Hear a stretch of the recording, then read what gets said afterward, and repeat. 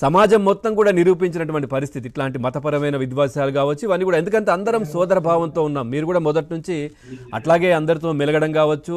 ఏ సమస్య వచ్చినా, అంటే వీళ్ళకు మైనారిటీలకు కాదు ఎవరికి సమస్య వచ్చినా మీరు ముందుండి పోరాడేటటువంటి వ్యక్తి మన షుబ్లీ గారు. ఏంటి సార్ దీనికి సంబంధించి ఏం చెప్తారు అసలు ఇష్యూకి సంబంధించి?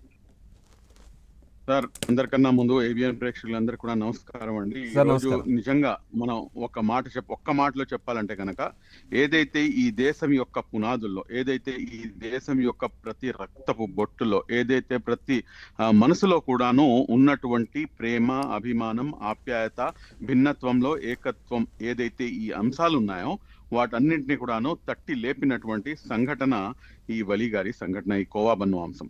మీరు చూస్తే కనుక ఈ రోజున వచ్చి నేను ఏదో మాట్లాడుతున్నాను కానీ నేను కాదు. దీనికి అసలైనటువంటి అర్హులు ఎవరన్నా ఉన్నారంటే మన హిందూ సమాజం, యావత్తు హిందూ సమాజం, complete entire Hindu community. Because of them only, inverted commas లో నేను మళ్ళా రిపీట్ చేస్తున్నాను, because of the majority people ఈ రోజున ఒక వలికి జరిగినటువంటి ఏదైతే అన్యాయం ఉందో దాన్ని 99.9% ఈ ఇష్యూని కండెమ్ చేసింది. ఈ ఇష్యూని తప్పు, ఇది ఒక చిరు వ్యాపారి అతను వ్యాపారం చేసుకుంటుంటే దాన్ని తీసుకొచ్చి మతపరమైనటువంటి కోణము, లేకపోతే అతనిపై ఈ రకంగా విరుచుకుపట్టడం అనేది ఏమాత్రం కూడాను సమంజసం కాదని చెప్పేసి ముక్తకంఠంగా ఖండించింది మన హిందూ సమాజం. ఆ హిందూ సమాజానికి అందరికన్నా ముందు 2 చేతులు జోడించి ప్రతి ఒక్కరికి కూడాను ధన్యవాదాలు తెలియజేయాల్సినటువంటి అంశం ఉంది. దాని తర్వాత మీరు చూసుకుంటే కనుక సార్, ఈ అంశంలో మీరు ఒక అంశం అనేది చాలా స్పష్టంగా అర్థమైంది. అదేమిటంటే మన నారా లోకేష్ గారు స్పష్టంగా ఎన్నికల కన్నా ముందు ఆయన చెప్పినటువంటి మాట ఏమిటంటే, నేను ముస్లిం మైనారిటీలకు హామీ ఇస్తున్నాను, మిమ్మల్ని నేను మా గుండెల్లో పెట్టుకొని చూసుకుంటాను అని చెప్పేసి.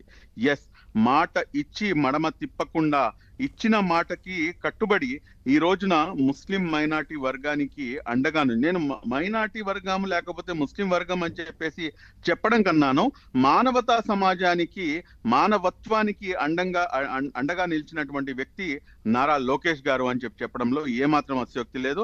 అదేవిధంగా మన జనసేన నాయకులు మన నాగబాబు గారు, ఆయన కూడాను స్వయాన వీరందరినీ కూడాను పిలిపించుకొని అక్కడ జరిగినటువంటి ఉదంతం, వీళ్ళకు స్వయాన నిన్నటి వరకు కూడా నా దగ్గరే ఉన్నారు. వీరు అక్కడికి కోవా ఏ రకంగా తయారు చేస్తారు ఏంటి, ఆ సామాగ్రి మొత్తాన్ని కూడాను అక్కడికి తీసుకెళ్లి వాళ్ళు తయారు చేసి మరి ఆయనకి కోవా బన్ను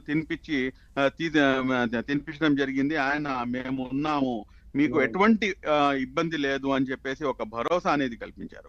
వీటన్నిటితో పాటు ఒక చాలా గమ్మత్తైనటువంటి అంశం ఏమిటంటే, చాలా మంది పవన్ కళ్యాణ్ గారి పార్టీని లేకపోతే జనసేనాని ఏంటంటే కూటమి ప్రభుత్వంలో ఉన్నందుకు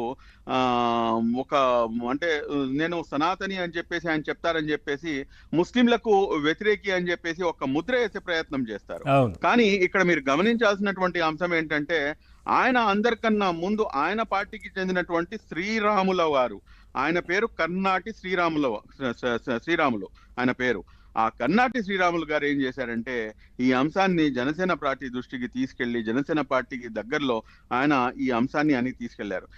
ఈ రోజు నిజం చెప్తున్నాను సార్ నేను మీకు, ఏదైతే రామరాజ్య స్థాపన కల ఉందో ఇటువంటి శ్రీరాముల వల్లనే ఇది సాధ్యమవుతుంది, ఇది శ్రీరాముల వారి యొక్క క్యారెక్టరు అని చెప్పేసి ఆయన ఎస్టాబ్లిష్ చేశాడు. కాబట్టి మనస్ఫూర్తిగా కర్నాటి శ్రీరాములు గారికి కూడాను ధన్యవాదాలు తెలియజేసిన అవసరం ఉంది. అదేవిధంగా మన డిబేట్ లో మనతో పాటు మన ఆర్గనైజేషన్ వైస్ ప్రెసిడెంట్ పెద్దలు శ్రీ నజీర్ అహ్మద్ గారు కూడాను అక్కడ ఉన్నారు.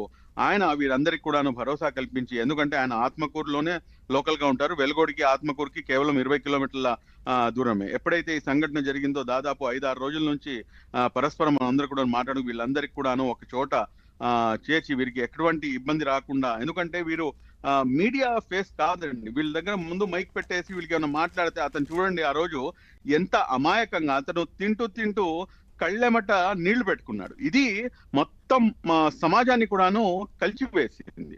నిజంగా ఇప్పుడు కూడా వాళ్ళు బయటకు రావడానికి చాలా భయపడుతున్నారు,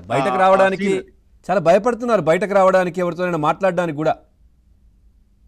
అవునండి. ఒక్కసారి మీరు అన్నట్టుగా మన